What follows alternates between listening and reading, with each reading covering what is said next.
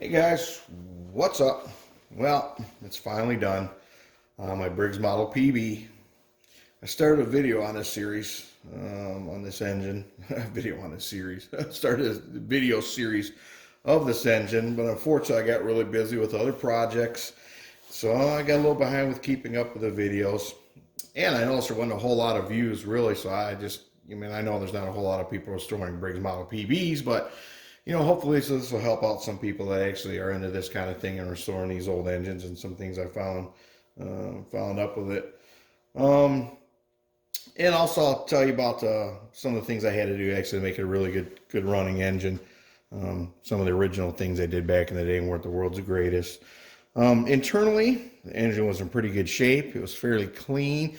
The only two real problems that kept it from running. I don't know if it kept it running, but the wrist pin, the pin to the piston, the bore was really loose.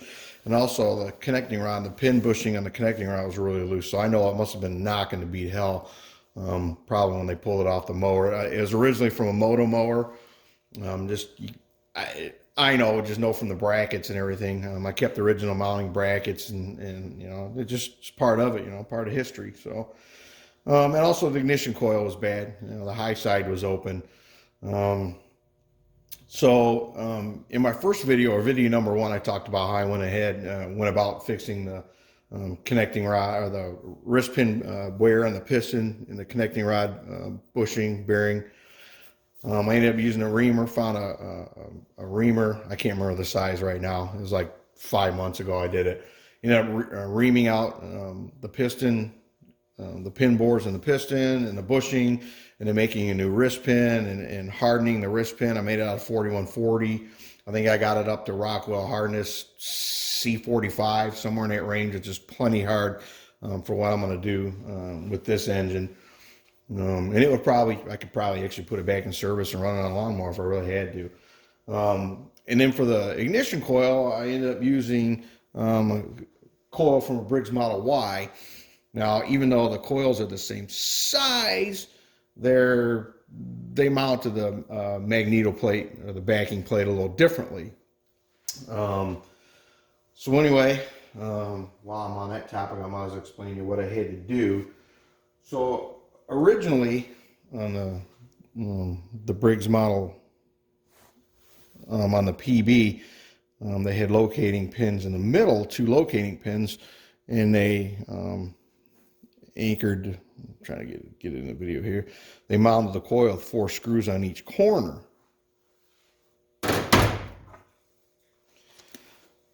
On the Model Y, they just used 2 big screws in the middle and used 4 locating pins in the 4 corners. So what happens is, so on the Model Y, I started drilling these corner pins out. To use screws, I thought, I'll just go ahead and use screws on there. Well, what happens is, what's holding this together is actually these locating pins that's key holding the laminations together. So I started drilling these locating pins out, and the lamination started coming apart. So I'm like, oh man, I gotta, so I had to somehow find a way to secure the laminations. And what I ended up doing was, I ended up drilling and using rivets and riveted together. And then I was able to drill the pin out. This isn't a paid advertisement for what I ended up using. Is I got rivets for doing other restorations from Hansa Rivet Company. These guys are really great. They had a website. You can get all different kinds of sizes and rivets. They sell you the rivets. You can get a bag, all different sizes. They have them. Bought the rivet seating tool.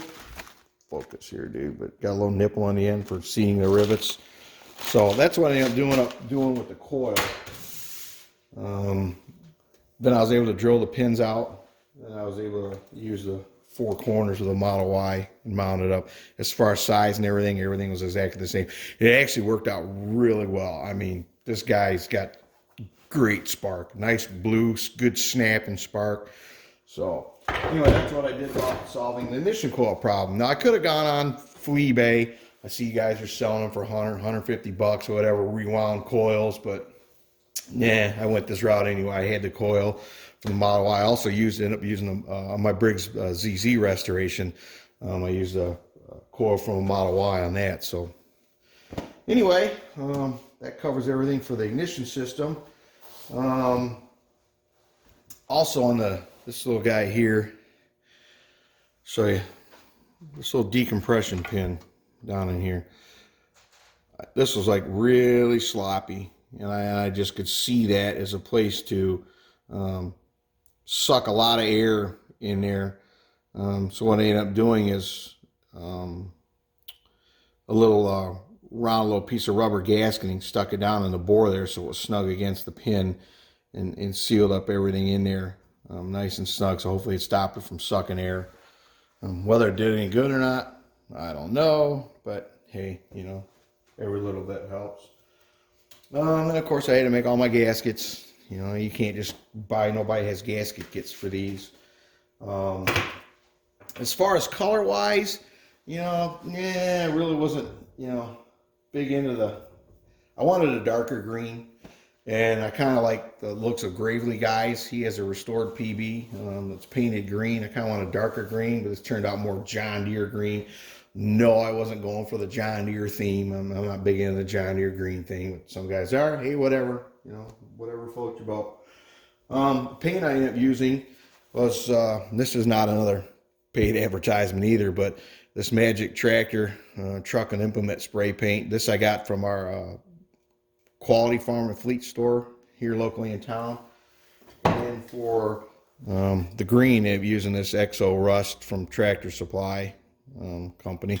And I can tell you, both of these actually are gas will not touch these. I'm working on this, starting it. You know, I had carb leaks and the needle and seat leak. And anyway, I've had gas on both paints, and it did not touch them one bit. So I can tell you that they're pretty much solvent proof. Now I'm sure brake cleaner or something like that, it will break them down. But those are pretty good tough paints. And then let's see here on the muffler. As you can see in the first video when I tore it down, it was all gone and rotted. So I took some, I can't remember what gauge it was, 16, 18, 820, I don't know, some flat stock, some thin sheet metal, formed it, rolled it, welded it up on the back side. I was able to get this top cap off. They like these little nipple dimples. They're dimpled in. That actually holds this cap onto the center tube. I was able to get this back cap off, slide it off, slide this in here, put this back on there, just some tack welded it back up to hold it on there. A little loose on there, but hey, you know, I got the original muffler back. So other than that, actually she runs pretty good. I don't know if there's some other things. I don't know. If you have any questions, definitely feel free to email me. So let's go ahead. I'll get it up on my little. I got a little lift thingy there that works great. A couple forks. I can pump it up, put the motor on there, and we'll fire it up and give her a run. Stay tuned. Let's give her a whirl and see what happens.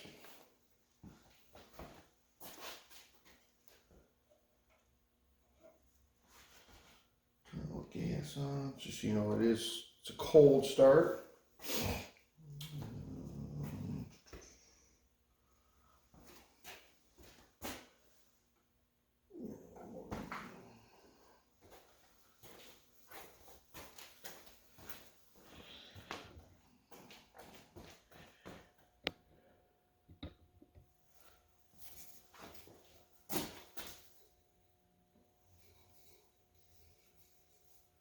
Handy dandy starting rope, no handle. That's something I just found in the drawer.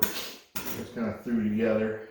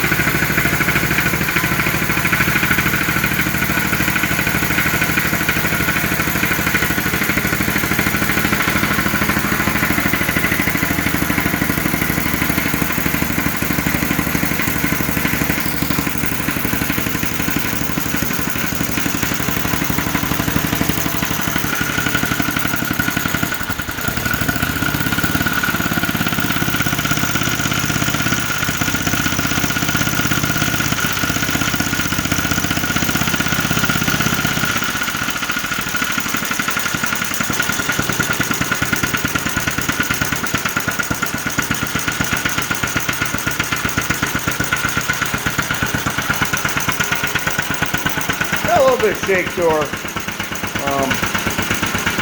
Back then, balance wasn't really a thing. It's gonna purr right along.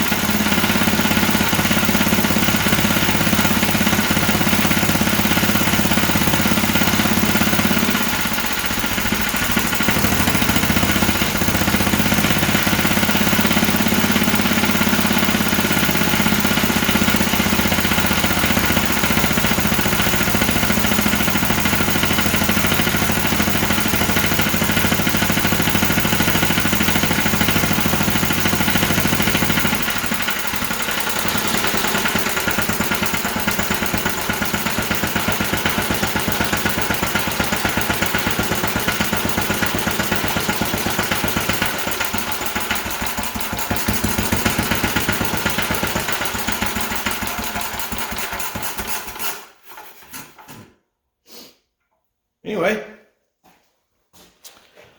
thanks for watching.